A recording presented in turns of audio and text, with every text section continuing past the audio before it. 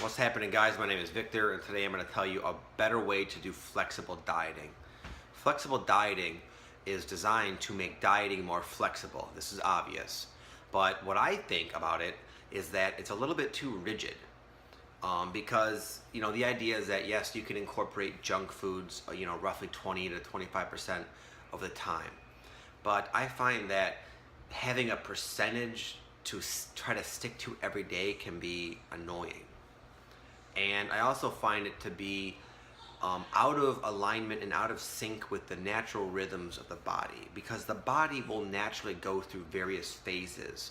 In fact, I have a tendency, it sounds kind of weird, but sometimes I will crave, in a natural sense, things like pizza and junk food, almost like my body's been eating too clean for too long and it wants something real.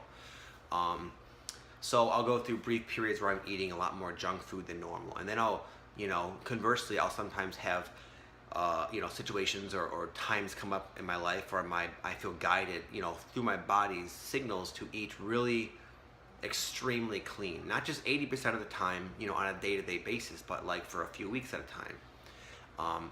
And I find that having a set diet that you follow every day it goes against the natural rhythms of the body. Certain times of year, your body, especially for me, I'm in Michigan and it gets cold here, obviously. So certain times of year, your body naturally desires heavier, denser foods. And, in the summer, of course, it's the exact opposite. I'm not really into stews or anything. And what I'm talking about, I'm talking about going beyond what your mind craves, because that's a little bit different than what your body is longing for. And as long as you have a relatively pure diet most of the time, then those signals are nice and clear for you. So again, I recommend something called intuitive dieting. That is just becoming really in tune to your body and paying attention to what it needs.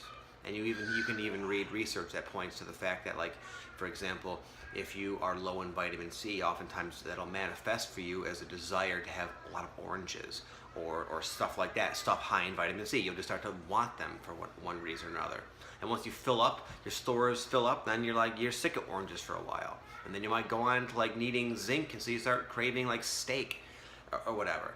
But the point is to honor your body. All of these diets out there are very valuable, but the systems need to be dropped at some point, and you must become more of a master of your being, of your body. And again, that involves a lot of flexibility. Now, I'm not saying this was easy for me. It was incredibly hard for me. I always was so desperate to find something that I could just follow, that I wouldn't have to think about, that I wouldn't have to change up, just to kind of make it simple. I wanted to stop cycling through different diets and just have something that works for me, that I can maintain long term. And every single time I thought I found it, again, my body would start desiring something completely the opposite of it, and I would resist. And oftentimes when I would resist the natural urges within myself, my health would decline, my performance in the gym would decline, my skin would look more shitty and whatnot.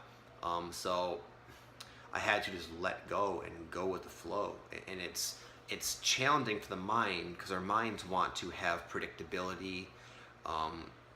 It just feels safe that way. But that's not the nature of life itself. And we are a product of nature, therefore our body is a product of nature, and our bodies and nature works on different various cycles and cycles within cycles and rhythms. And that demands of us, if we want to be in harmony with our life and our body, to be much more flexible. And this is why I think it's important to do intuitive dieting. And you can incorporate all the different methodologies. In fact, that's what I do. I do like a blend of intermittent fasting, flexible dieting, if it fits your macros. I take bits and pieces of the raw food diet, the paleo diet, and then just a straight up hardcore junk food Western diet. I drink alcohol on the weekend sometimes. I'll go out and I'll eat pizza, whatever the fuck I want. And again, I think every system is successful to a point, and then you must let go of them and just be your own guide. So some ways that you can develop your body intuition is to, for a time, eat cleaner foods. Because if you eat like a bunch of junk food or fast food or drink a lot, it's going to distort the signals that your body is trying to send you. And what's going to happen is you're going to have what I call synthetic craving, where if I eat Burger King 3 days in a row, on that fourth day, I'm going to want Burger King. And it's not because my body is desiring Burger King. It's not because there's in the same sense that if I'm low in vitamin C, I'm going to crave an orange. No, it's because I've conditioned myself to, I've conditioned my brain to desire pleasure from that particular food and the various components and combinations of all the bullshit chemicals and stuff they put in that. And that's the same if you have too much sugar. If I have like ice cream every night for 3 or 4 days, on that next day, it's going to be really hard to resist the ice cream. So I'm not talking about that kind of honoring your body's desires. So in order to really start to gain proficiency in this skill, you have to, for a time, be more clean. Eat just real basic foods, more like a paleo lifestyle. Plenty of raw fruits and vegetables, potatoes, nuts and seeds, lean meats, and just eat lots of vegetables. That's kind of the ticket, man. Vegetables are like a higher vibrational food, and they keep you in a much more pure and state of mental clarity. And again, it doesn't distort the signals your body sends you. And then from there, you can kind of understand where you're at. And as long as you include those healthier foods to varying degrees depending on where you're at in your fitness journey, the signal will always remain clear. Don't let it get too cluttered up. Don't go on a week binge, because that's going to fuck you up a little bit. And that's not balance either. That's more of you allow yourself to fall into a cycle of a bad habit that's just only sabotaging your goals and aspirations for yourself, your body, and your life. So again, the message of this video is to become more in tune to your body so you can hear the signals, and then also let go with your mind's concepts of what you should be doing. Don't just buy a book because you see a bunch of ripped people following it and blindly adhere to it and not honor your own experience. You have to really start to validate your own experience with the diet.